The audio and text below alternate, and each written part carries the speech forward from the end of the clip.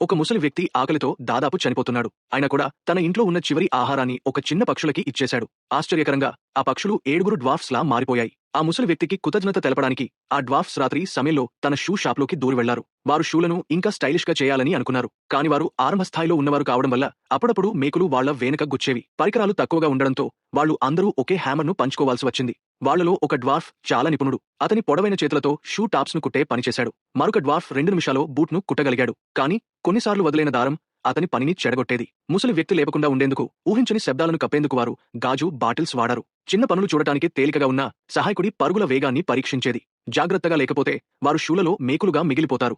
Shoe tops మీద ఉండే శిల్పాలు ఇంకా పిచ్చివి. ఒక డ్వార్ఫ్ గ్యాట్లింగ్ గన్తో లెదర్లో రంధ్రాలు చేశాడు. ఒక ఇండియన్ డ్వార్ఫ్ కూడా తక్కువ కాకూడదనుకుని బాణాలను వదిలి షూలను లేస్ చేసి చివరగా అందంగా నెక్బో కూడా కట్టాడు. ఈ ఇద్దరూ కామెడీ డ్యూయోలా పనిచేశారు. కానీ మేకులు తక్కువగా ఉన్నప్పుడు మేకులు ఇవ్వడంలో ఆలస్యమైతే మేకులు ఇచ్చే డ్వార్ఫ్ ను నేలకి దించేవాడు. ఇంకొక డ్వార్ఫ్ ధైర్యంగా ఉండేవాడు. ఇతడు తన తలతో దిశ చూపించేవాడు. కానీ సమయం తప్పితే అది చాలా నొప్పిగా ఉండేది. పనిని వేగంగా చేయడానికి ఒక డ్వార్ఫ్ తన పెంపుడు జంతువును బయటకు తీశాడు. దాని పళ్లతో కేవలం 3 సెకన్లలో షూ మోడల్ చెక్కేయగలిగింది. కన్నెత్తు ఉన్న డ్వార్ఫ్ ఇంకా విచిత్రం. అతడు ఎప్పుడూ తన స్నేహితుడి తలమీదే హ్యామర్తో కొట్టేవాడు. సేఫ్టీ కోసం అతని స్నేహితుడు కంటిచూపు పరీక్ష పట్టిక తీసుకొచ్చాడు. కానీ పరీక్షలో డ్వార్ఫ్ కంటిచూపు బాగుందని తేలింది. మళ్లీ ప్రయత్నించమన్నారు. మళ్లీ అతడు తన స్నేహితుడి తలకి కొట్టాడు. ఇంకొక డ్వార్ఫ్ చివరి మెరుగుదల పనిని చేశాడు. అయితే రోలర్ స్కేట్స్ వేసుకుని ఒకడు ఆ దారిలో వెళ్తూ అతని పని చెడగొట్టాడు. మళ్లీ స్కేట్స్ తిరిగి వచ్చాయి. డ్వార్ఫ్ కోపంగా ఉన్నాడు. ఎట్టకేలకు షూలు తుడిచి రెడీ చేశాడు. కానీ ఈసారి స్కేట్స్ నేరుగా షూ క్యాబినెట్లోకి వెళ్లిపోయాయి. వాళ్లు శబ్దం చేయకుండానే ఉండాలనుకున్నా చివరికి ముసలి వ్యక్తిని లేపేశారు. అదృష్టవశాత్తు అప్పటికే వారి పని పూర్తయింది.